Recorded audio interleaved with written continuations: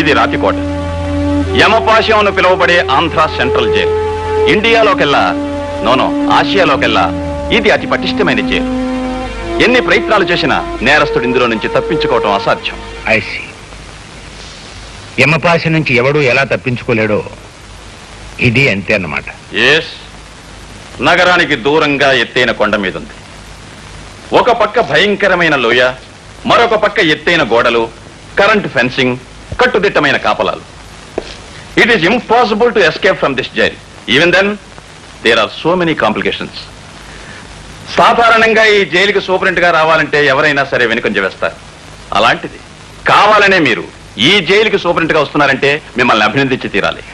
జీవితంలోనైనా జాబ్లోనైనా ఒక ఛాలెంజ్ ఉంటేనే అందం ఆనందం. నిజమే, కానీ ఈ ఉద్యోగం వట్టి ఛాలెంజ్ మాత్రమే కాదు, ఇది చాలా రిస్క్ తో కూడిన పని. ఎందుకంటే ఈ జైల్లో ఉండే నేరస్తులు రక్తం తాగే రాక్షసులు లాంటి వాళ్ళు. వీడు మాస్ మర్డరర్ బోస్. వీడు 20 మంది ఆడవాళ్ళని రేప్ చేసి చంపిన ఇండియాస్ బోస్టన్ స్ట్రాంగులర్ కాసిం ఖాన్. వీడు కలకత్తా కిల్లర్ గా పిలువబడి ఎంతో మంది పిల్లల్ని చంపిన రాక్షసుడు కాళీచరణ్.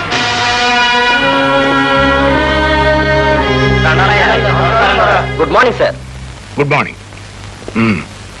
ఇక్కడ పరిస్థితుల్ని వాతావరణాన్ని పరిచయం చేసుకుందామని వచ్చాను.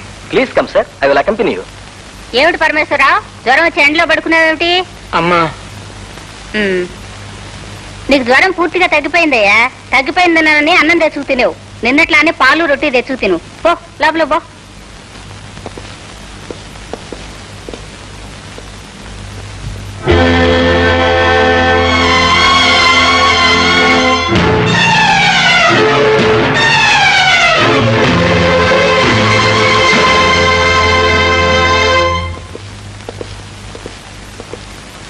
వాట్ మిస్ రాజా, ఎవరావిడే?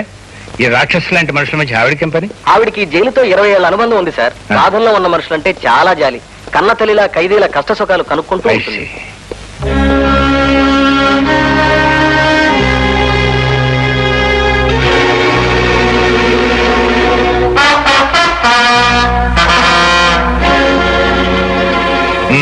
అతను భీమరాజుని నోటోరియస్ క్రిమినల్ సార్. పేరు విన్నాను. ఇతనే కదూ పెద్ద పెద్ద పాలిటీషియన్స్ తో సంబంధం ఉన్న దాదా? Yes sir. రాజకీయపరమైన హత్యలకు, గూడు పుటానీలకు వీడికి వేలు లక్షలు సొమ్మిచ్చి ఎంతో మంది ఉపయోగించుకుంటారు సార్. జాలి, దయ, దాక్షిణ్యం ఏమాత్రం లేని కర్కోటకుడు సార్ వీడు. వీడు ఇక్కడ ఉండటం మూలంగా పాపం ఎంతమంది రాజకీయ నాయకులు ఇబ్బంది పడుతున్నారో. చక్కటి సార్, ఇవాళ మన కార్యక్రమాలు ఏంటి? బుక్కుతి ముందు మీకోసం శ్మశానంలో పీనుగుల్లా కాసు కూర్చున్న నలుగురిని కలుసుకుని పలకరించడం. ఆ తర్వాత మధ్యాహ్నం లంచగొండి మంత్రి గారింటో లంచి. సాయంత్రం 4 గంటలకి కత్తెర పని. కత్తిరి పని? అదేనండి కత్తెర పని. కత్తిరి పని నేసేయటం ఏంటయ్యా?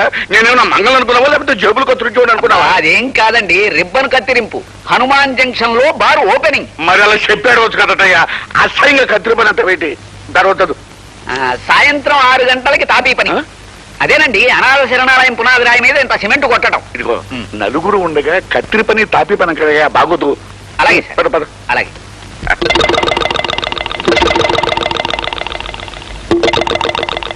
సార్, ఒక సీక్రెట్ మెసేజ్. మీరు కూడా వెళ్ళండియ్యా, ఇదేదో చీకరెట్ అంట. ఆ చీకరెట్ చక్కటి చెవులు చెప్పు.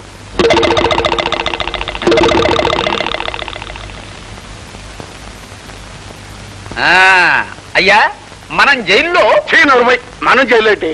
పొరపాటు. జైలు సూపరింటెండెంట్ గా వేయించిన జగన్నాథం గారి దగ్గర నుంచి మెసేజ్. ఏటంటాడు సూపరింటెండెంట్? ఆ దేవరాజు గారిని జైలు నుంచి బయటకు పంపి ఏర్పాటు చేశాట. ఆయన ఆఫీసర్ గా ఛార్జీ తీసుకున్నారట. ఆ భీమరాజు గారిని చూశారట. త్వరలోనే తప్పించే పథకం వేస్తారట. ఆ సూపరింటెండెంట్ గారు తొందరలోనే పథకం వేసి ఆ భీమరాజు గారిని జైల్లోంచి బయటకు పంపేయాలా? ఈడు బయటకు వచ్చి బలంగా ఉన్న మన యశపార్టీ నాయకుడిని చంపేయాలా? అప్పుడు చూడు చక్కటి, ఇక మనం ఎలక్షన్లు వస్తున్నా ఎచ్చగా గెలిచినట్టే. రాత్రి కోడి కూరతో పాటు ఒక క్వార్టర్ బాటిల్ కూడా కొట్టుకొచ్చాయి. చొక్క పెడితే ముక్క మరింత రుచిగా ఉంటుంది. అలాగే గురు.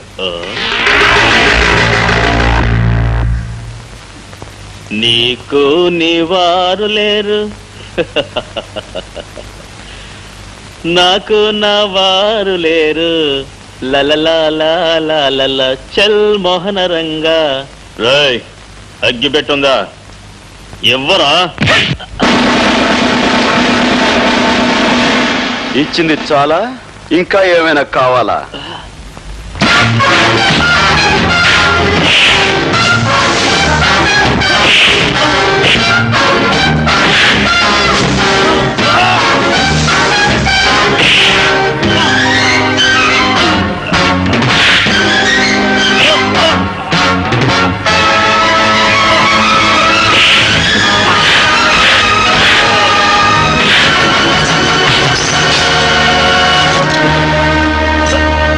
బయట ప్రపంచంలో నువ్వు పెద్ద పులివి కావచ్చు, సింహానివి కావచ్చు, కానీ ఇక్కడ మాత్రం నువ్వు ఒక కుక్కవి.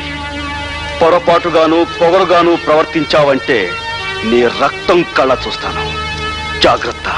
జాగ్రత్తగా ఉండవలసింది వాళ్ళు కాదు మిస్టర్ గోపి, బాధ్యత గల ఆఫీసర్లమైన మనం. అధికారం అవకాశం చేతిలో ఉన్నాయి కదా అని ఒళ్ళుపై తెలియని కోపంతో ఖైదీలను కొట్టి గాయపరచడం చాలా పొరపాటు.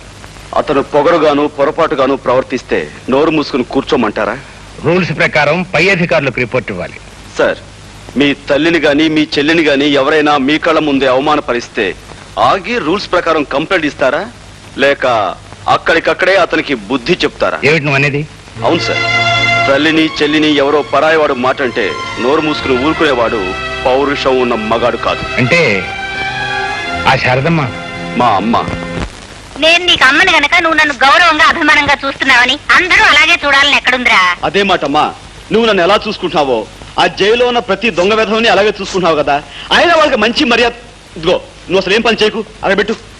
అవును, ఏం చెప్తున్నాను?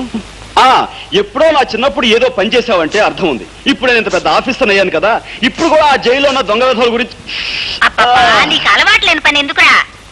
అలవాటు లేని పనులట. ఎన్ని గొప్ప గొప్ప పనులు చేస్తున్నాను. ఏమిటా నువ్వు చేస్తున్న గొప్ప గొప్ప పనులు? అక్కడ నేను ఒక మాటన వాడి బూజు దులిపిస్తానా? ఇదిగో ఇక్కడ ఇంటి బూజు దులుపుతాను. ఇంత చేసినా ఒక్క ముద్దు, నుదురు మీద ఒక్క ముద్దు ఇచ్చి, ఒరే గోపి ఇవాళ గ్రేట్ రా అంటే ఈ అల్పజీవి ఎంత సంతోషిస్తుంది. అబ్బే అదేమీ లేదు. పోమా, అసలు ఇండియాలో ఉన్న తల్లులందరూ ఇంతే. చేసిన పని గుర్తింపు ఉండదు కదా.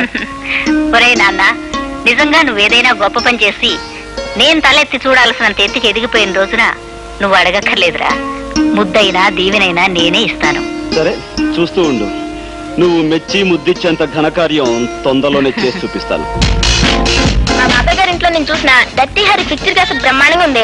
అందులో క్లెయిన్ టేస్టూడ్ ఒక పోలీస్ ఆఫీసర్ ఎంతో డేరింగ్ గాను ఎంతో ఇంటెలిజెంట్ గాను ఒక గ్యాంగ్ స్మాష్ చేశాడే. పిక్చర్స్ లోనే కాదే, మామూలుగానే పోలీస్ ఆఫీసర్స్ చాలా తెలివిగాను చాలా డేరింగ్ గాను ఉంటారే. రబ్బిష్. తీరిగ్గా కూర్చొని పోలీస్ డిపార్ట్మెంట్ ని పొగడ్డగా కార్యక్రమంగా పెట్టుకున్నారా? మీకెవ్వరికీ మతి లేదే. అదేమిటి? లేకపోతే వాళ్ళని పొగడ్డమేమిటి?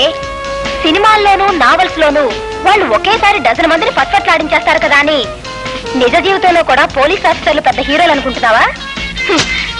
నా ఉద్దేశంలో వాళ్ళంత ఫూల్స్ మరొకళ్ళు ఉండరే. అదేమిటి? జైలు సూపరింటెండెంట్ జగన్నాథం గారు అమ్మాయివి నువ్వే ఆ డిపార్ట్మెంట్ గురించి అంత తేలిగ్గా మాట్లాడతావే? మాట్లాడడం కాదు, కావాలంటే బెట్. నేను ఒకే పోలీస్ ఆఫీసర్ ని వరుసగా 3 సార్లు ఫూలం చేస్తాను. ఓకే? అయితే ఏ పోలీస్ ఆఫీసర్ ని ఫూల్ చేయమంటారు? మీ నాన్నగారు జైలు సూపరింటెండెంట్ కదే, ఆయన దగ్గర పనిచేసే ఆఫీసర్స్ లో ఎవరైనా సరే. Okay, operation fool the officer ఇప్పుడే ఆరంభం అవుతుంది. Come on. Hello hello, police officer Gopi గారా అండి? సార్, నేను కస్తూరిబా విమెన్స్ హాస్టల్ నుంచి ఫోన్ చేస్తున్నాను సార్. ఒక రౌడీ విధవ మా హాస్టల్లో జ్వరబడి గర్ల్స్ అందరినీ అల్లరి చేస్తున్నారు సార్. అతను ఈ మధ్య జైలు నుంచి రిలీజ్ అయ్యారట. చాలా కాలంగా ఆడగాళ్ళు లేకపోవడంతో మా అందరినీ చూసి శివాలెత్తిపోతున్నాడు సార్. చూడమ్మా, నువ్వు ఫోన్ చేయాల్సింది నాకు కాదు, 1 టౌన్ పోలీస్ స్టేషన్ కి. చేయాల్సింది పోలీస్ స్టేషన్ కని తెలుసు సార్, కానీ ఎంత ప్రయత్నించినా ఎవ్వరూ ఫోన్ తీయడం లేదు సార్. అయ్యో సార్, కత్తి పట్టుకొని కనిపించిన ప్రతిదాన్ని రేప్ చేసే కార్యక్రమానికి సిద్ధపడుతున్నాడు సార్. అయ్యో, మా వాళ్ళంతా భయంతో అరుస్తున్నారు సార్. సార్, మీరే రావాలి, లేకపోతే రేప్ మీద రేప్ జరిగిపోతుంది సార్. రేపొద్దున్నకి మా శీలాలన్నీ మా దుర్మార్గుని కబంధ హస్తాల్లో బలైపోతాయి సార్. ఆగనమ్మా, డోంట్ వరీ. చూడండి, నేను వచ్చేంత వరకు మీరు మీ శిలాలు జాగ్రత్తగా కాపాడుకోండి. ఓకే, క్షణంలో ఉంటాను.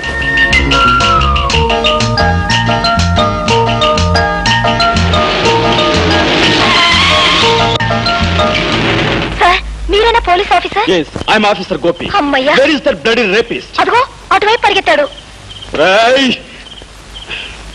ఏమ్మా వాడి వల్ల మీకేమీ ప్రమాదం జరగలేదు కదా? మా ఫ్రెండ్ లత్తో అదే దీంతో వాడు ప్రోగ్రాం ప్రారంభించబోయాడు. అందరం కలిసి అరిచేసరికి అదిగో ఆ కనిపించే వార్డెన్ గారు కొంపలోకి దూరాడు. కొంపదీసి ఆవునేమైనా చేస్తారేమో. సార్ సార్ ఎస్, తలుపు కొట్టకండి. వాడి కార్యక్రమం డిస్టర్బ్ అయిందనే కోపంతో ఆవిడ్ని పొడి చేస్తాడేమో. సార్ వాడిలాగా గొట్టం పుచ్చుకొని పాకి చప్పుడు కాకుండా పై కిటికీలోంచి దిగడం మంచిది. గొట్టం నేను. సార్ ప్లీజ్ మా వార్డెన్ గారి ప్రాణాలు కాపాడండి. All right.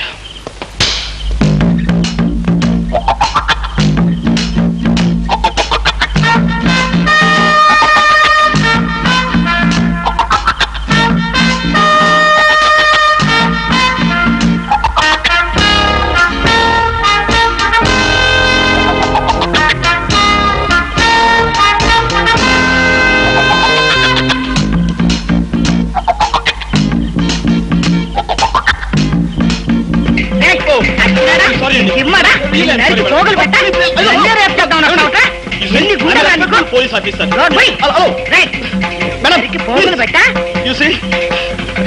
దొంగ వెతవా ఇప్పుడు కాదా 20 సంవత్సరాలకు ముందు వస్తుంది. నిన్ను ఒక ఆట ఆడించుండేదంటా నేను.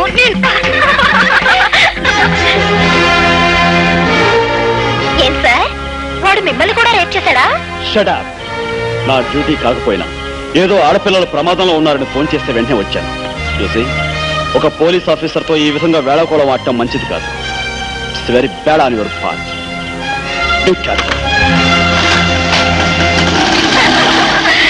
చూసారా, ఒకసారి అయింది, ఇంకా 2 సార్లు. హాస్టల్లో ఉండి నువ్వు చేస్తున్న అల్లరి ఇవన్నమాట. అల్లరేమి డాడీ, అతన్ని 3 సార్లు ఫోన్లు చేస్తానని పందెం కాశాను. చేసి తీరతాను. అసలు నా ఉద్దేశంలో ఈ కాలం అబ్బాయిల్ని జూలోను వాళ్ళ మెదడుని మ్యూజియంలోనూ పెట్టాలి. చచ్చా, ఏం మాటలమ్మావి? ఇక్కడ నేను ఇంట్లో చూసిన వాళ్ళు ఎవరూ లేరు. ఇల్లు చూస్తే ఊరికి దూరంగా ఉంది, ఏలుకి పక్కగా ఉంది అని నిన్ను హాస్టల్లో ఉండి బుద్ధిగా చదువుకుంటే నువ్వు అబ్బాయిల మీద రీసెర్చ్ చేయడము పెట్టడమునా? అది సరే, వాడికి ఒళ్ళు మండి నేను ఒక ఆట ఆడించాడు, ఏమవుతుంది? అతను ఆడించడం కాదు, రేపు క్రికెట్ మ్యాచ్ లో అతన్ని అతని టీంని మేము ఆడిస్తాం, ఓడిస్తాం.